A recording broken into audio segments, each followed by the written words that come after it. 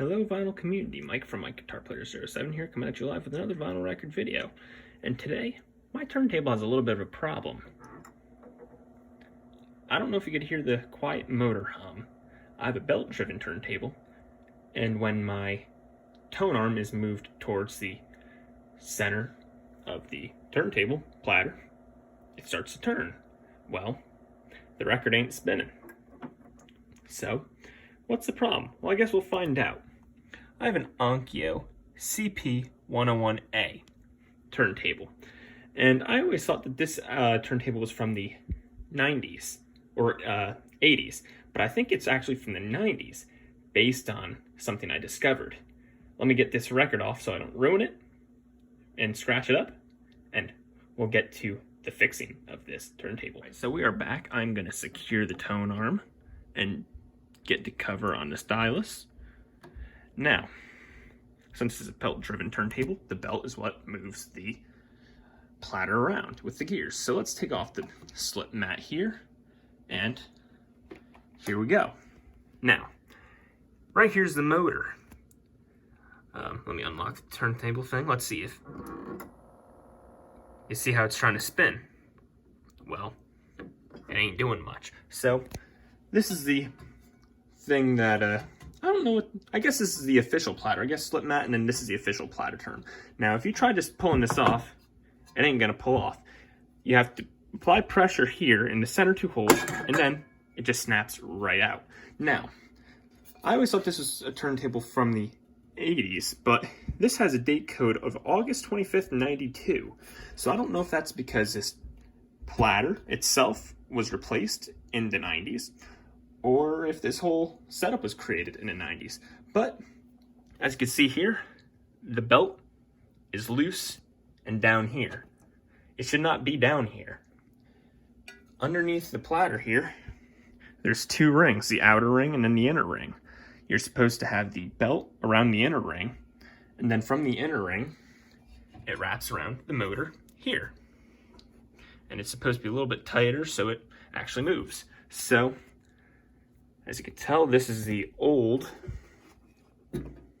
belt, and it's just stretched out. It's old.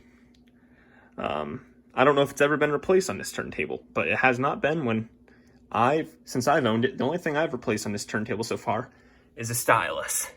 And but for those who want to know what it looks like on the inside of a CP-101A Onkyo turntable, there you go. So due to the fact that this is an older turntable, and not like an Audio-Technica LP120 that is very readily available in 2020, when I'm recording this video, I had to go to where I usually go to get my replacement styli for these older turntables, called LP Gear. And LP Gear has a belt that it was classified as the exact one that would be used for the CP-101A. So that is what this is here. I do not know what this specific belt, if there's different belts for different turntables. I'm still learning about the turntables themselves, but it's a work in process. I'm still learning, but this is the belt that it recommended for the Onkyo CP-101A. So let's put it on the platter.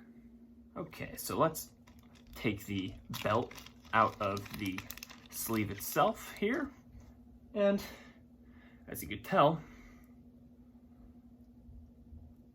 this one is quite droopier, the original one, compared to this new one. I have a black shirt on, so that's not helping. There we go. We'll go to the side there. This one is quite easily seen, but you can see how stretched out this old one is. So, on the platter here, as I said, on the inner ring, we are to put this new belt. And make sure that the belt is not twisted or anything. Mine happens to be upon me putting it on, so I need to fix that.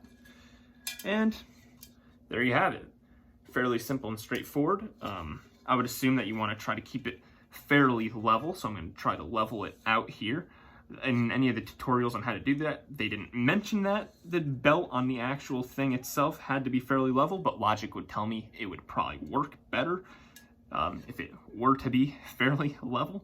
I don't know why you wouldn't want it to be level, but as you can see there, and that one's not level right there, as you can see, so need to work on that side, but pretty much it's pretty much set to go. And that's the inner ring that it goes on. So now I'm gonna put the platter back onto the turntable. If I could align it properly, that'd be fantastic. There we go.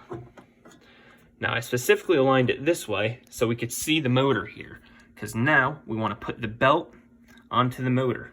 And since I only have one hand to do so, I'm going to stop recording now and I'm going to show you guys what it looks like when it's put the way it should be properly.